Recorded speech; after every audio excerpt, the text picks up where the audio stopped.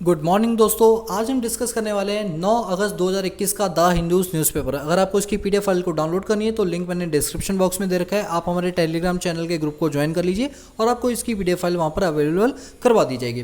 दोस्तों यहाँ पर एक सबसे बड़ी न्यूज़ ये आ रही है कि कोविशील्ड और कोवैक्सीन को मिक्स करके एक बेहतर तरीके से नई वैक्सीन बनाई जा सकती है।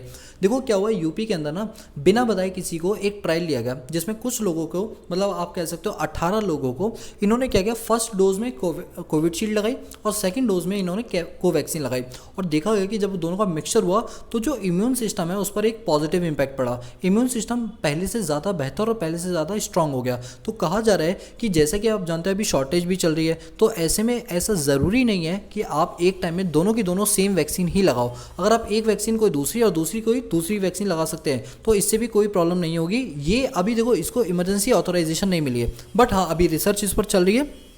जैसी आईसीएमआर के द्वारा ये बोल दिया जाएगा पक्के तौर पर कि हाँ ये चीज़ सभी लोगों के लिए एप्लीकेबल है, यानी यूनिवर्सल अप्रोच है और साइंटिफिक तरीके से प्रूफ कर दी गई, उस केस में हम क्या कर सकते हैं, कोविशील्ड की एक डोज और कोवैक्सीन की दूसरी डोज लगा के भी लोगों को वैक्सीनेट कर सकते हैं। और याद रखना हमारी इकॉनमी उतनी ज़्यादा अच्छी होगी जितनी ज़्यादा वैक्सीनेशन प्रोग्राम को रैंप अप किया जाएगा, क्योंकि हमारे यहाँ पर वैक्सीनेशन और इंडियन इकॉनमी में कैसा रिलेशन है, डायरेक्ट रिलेशन है। ठीक है, इसके बाद अगर हम इसमें आगे चलें तो दोस्तों यहाँ पर क्या है, ये हमारे सीवी रमन, ये क्या है, हमारे सुप्रीम कोर्ट के जज हैं। इन्होंने ये बोला कि आप ह्यूमन राइट को वायलेट नहीं कर सकते हो। ये हमारे चीफ जस्टिस ऑफ इंडिया है एनवी रमना। इन्होंने संडे को बोला कि अगर किसी बंदे के साथ कोई थ्रेटनिंग हुई है, ठीक है, मारपीट हुई है, कोई भी इंसिडेंस होता है और अगर वो व्यक्ति एफआईआर लिखने से मना कर देता है, मतलब कोई पुलिस वाला अगर एफआईआर लिखने से मना कर देता है तो ऐसी चीज़ें बिल्कुल भी नहीं होनी चाहिए, क्योंकि बेसिकली हमारा जो मोटिव है वो सोसाइटी को सर्विस देना है। और अगर वही सर्विस ना दे पाए ये बोलकर कि तुम्हारा केस बहुत छोटा है, तो ऐसा कुछ नहीं होता। तुम्हारे लिए छोटा है लेकिन सामने वाले के लिए वही केस एक बहुत बड़ा केस है। तो यहाँ पर उन्होंने एक तरह से फटकार लगाते हुए बोला है कि इन चीज़ों पर ध्यान दो और ऐसी चीज़ें बिल्कुल भी नहीं होनी चाहिए। ठीक है, इसके बाद हम थोड़ा सा आगे चलते हैं और आगे चल के अभी यहाँ पर तालिबान सिटीज़ की ज़्यादा हमें कोई बात नहीं करनी है क्योंकि अभी तो ये चल ही रहा है। बाकी चलिए और आगे देखते हैं यहाँ पर। इसके बाद यहाँ भी कुछ ऐसा नहीं है, थोड़ी लोकल न्यूज़ है, मैं लोकल न्यूज़ को कंसिडर ज़्यादा नहीं करता हूँ। इसके बाद और आगे चलते हैं, यहाँ भी कोई ऐसी न्यूज़ लग नहीं रही। एजुकेशन प्लस एडिटोरियल पार्ट पर आता है। देखो यहाँ पर लेफ्ट साइड आप देख सकते हैं गोल्डन आर्म करके। अब ये गोल्डन आर्म करके क्या बोला गया है, जैसे आप जानते हैं 8 अगस्त यानी कल की डेट में हमारे ओलंपिक्स पूरी तरीके से फिनिश हो चुके हैं। ठीक है, हमने इन टोक्यो ओलंपिक्स में, ठीक है, जो कि जापान की सिटी टोक्यो, वहाँ पर ये ओलंपिक्स हुए थे, तो इसमें आप लोगों को पता ही है हमने टोटल 7 मेडल्स जीते हैं, जिसमें 1 गोल्ड है, 2 सिल्वर है और बचे हुए आपके 4 क्या हैं, ब्रॉन्ज मेडल है, जिसकी शुरुआत सिल्वर मेडल से हुई थी। आपको याद होगा मीराबाई ने स्टार्ट किया था इसके अंदर और वहाँ से शुरुआत हुई थी। दोस्तों आपको मैं बताऊँ कि जितने भी हमारे स्पोर्ट्स गेम होते हैं ये हमारे लिए बहुत ज़्यादा ज़रूरी होता है, क्योंकि इससे मार्केट मतलब वर्ल्ड में हमारा नाम होता है, हमारा फेम होता है और हम ये देख पाते हैं कि हम किन किन करिकुलम एक्टिविटीज़ के अंदर बहुत ज़्यादा माहिर हैं। दोस्तों आपके लिए क्वेश्चन है कि आप मुझे ये बताओगे कि कौन सा मेडल किसने जीता और किस फील्ड के अंदर जीता। ये टोटल 7 मेडल्स हैं, ये बताओगे। तो यही बोला गया गोल्डन आर्म्स की जो हमारी इंडिया है, अब उसको एक गोल्डन आर्म्स का दर्जा दिया जा सकता है क्योंकि उसने 1 गोल्ड मेडल जीता है। वैसे तो जीतने कई सारे चाहिए थे, बट चलो हमने एक शुरुआत तो की, जाते जाते भी हमने एक गोल्ड मेडल जीत लिया, जिसकी हमें उम्मीद नहीं हो रही थी कि हम जीत भी पाएंगे। बट कहते हैं ना कि जैसे आप पेशेंस अपने पास रखो तो चीज़ें आपके साथ बहुत अच्छी हो सकती हैं। इसके बाद हमारा जो दूसरा एडिटोरियल है वो क्या बोलता है, revisit the idea of ageing out India's coal plant. दोस्तों मैं आपको बता दूं ये बहुत इंपॉर्टेंट एडिटोरियल, इसको आप पूरा इंडिविजुअल लेवल पे पढ़ेंगे पीडीएफ फाइल से। मैं इसका क्रक्स बताता हूँ। कहानी में ये है कि जैसे आप जानते हैं हमारे यहाँ पर जो कोल इंडिया है, जैसे पीएसयूज है ना, गेल भील ये सब, तो ये क्या करते हैं, कोल से इलेक्ट्रिसिटी बनाने का काम करते हैं।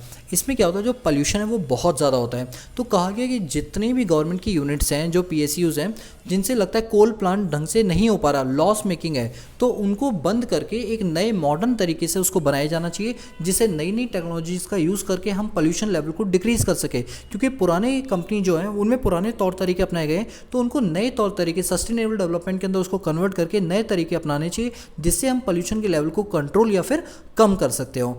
इसी बात को लेकर यहाँ पर बोला गया कि कोल इंडिया में जो पुरानी लैबोरेटरीज वगैरह हैं उनको बंद करके एक नए मॉडर्न तरीके से इसको बनाना चाहिए, जिसका फ़ायदा हमें मिल जाए। ठीक है, इसके बाद और आगे यहाँ पर चलते हैं। ये तो आपका ऑडिटोरियल पार्ट हो गया। अब यहाँ पर एक बात उठती है, the sovereign right to tax is not absolute. दोस्तों इस पर मैंने एक सेपरेट वीडियो बनाई है जिसका नाम है कि वोडाफोन का जो केस था गवर्नमेंट ऑफ इंडिया के साथ, जिसमें रेट्रोस्पेक्टिव टैक्स को क्या कर दिया गया है, रिमूव कर दिया गया है। थोड़ा सा मैं बताता हूँ, वैसे आप उस वीडियो को जरूर देख लेना, आज सुबह ही सुबह मैंने अपलोड किए।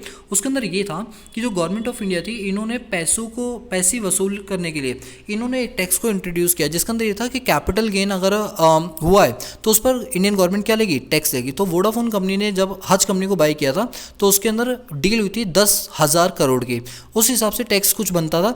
तो इंडियन गवर्नमेंट ने देखा कि भाई टैक्स तो बहुत मोटी रकम बनेगी, तो चलो टैक्स की वसूली करते हैं।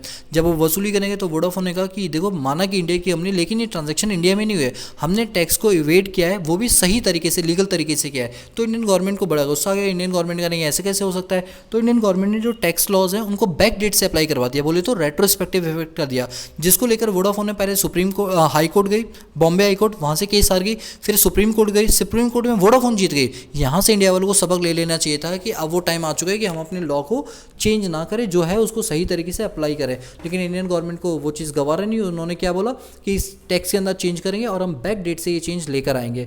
और उसके बाद फिर क्या हुआ कि वोडाफोन इंटरनेशनल आर्बिट्रेज प्रोसेस में चलेगी, जहाँ पर ये कंसीडर किया गया कि इंडिया ने जो किया वो बिल्कुल गलत किया, जिसकी देखा देखी में कई सारी इंटरनेशनल कंपनीज इंडिया में आने से डरने लगी।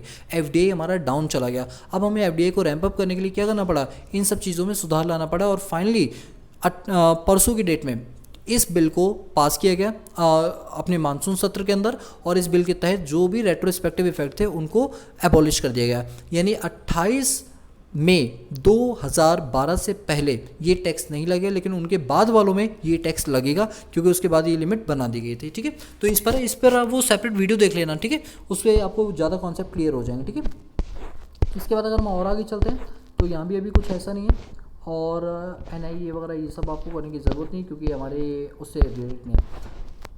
मैं आपको एक चीज़ बताता हूँ, UNSC United nation security council, इसकी प्रेसिडेंशियलशिप अभी इंडिया को मिली हुई है। इस बात को लेकर पुतिन जो है वो मोदी जी से बात करेंगे और ये इंश्योर करेंगे कि किस तरीके से तालिबान के अंदर जो अभी आपको तालिबान और अफगानिस्तान में जो क्राइसिस आपको देखने के लिए मिले, डिस्प्यूट देखने को मिले, इनको कैसे रिजॉल्व किया जा सकता है, क्योंकि इस वक्त प्रेसिडेंशियलशिप किसके पास है, इंडिया के पास है। तो ये सारी चीज़ें इसके अंदर बोली गई हैं। ठीक है, कि जो रशिया के प्रेसिडेंट थे पुतिन, ये हमारे यहाँ पर आएंगे और मोदी जी से बात करेंगे और देखेंगे कि इस पर क्या सलूशन निकाला जा सकता है। ठीक है, इसके बाद अगर हम और आगे चलें यहाँ पर, तो यहाँ भी अभी ऐसा कुछ भी नहीं है। ये तो थोड़ी सी पॉलिटिकल न्यूज़ होगी जो हमारे एग्जाम प्रोस्पेक्टिव से बिल्कुल भी ज़रूरत नहीं है। और दोस्तों आपको बता दूँ, आज हमारा बिजनेस सेक्शन इसके अंदर नहीं आया, क्योंकि मंडे को जब होगा तो वो ट्यूसडे को रिफ्लेक्ट होगा। ठीक है, और बाकी तो मुझे लगता नहीं, ये तो बैंक इंटरेस्ट रेट है, इससे भी आपको खासा कुछ करने की ज़रूरत नहीं है। और ये स्पोर्ट्स न्यूज़ आ गई। ठीक है, तो आज के हिंदू न्यूज़पेपर में इतना ही, क्योंकि देखो थोड़ा सा टाइम लगता अगर मैं वो सेपरेट वीडियो ना बनाता। ठीक है, सेपरेट वीडियो मैं ऑलरेडी बना चुका हूँ, तो आप वहाँ पर जाके इस चीज़ों को देख सकते हैं। तो आज की क्लास के लिए इतना रखते हैं, बाकी आप मिलते हैं नेक्स्ट क्लास में, तब तक के लिए पीस आउट।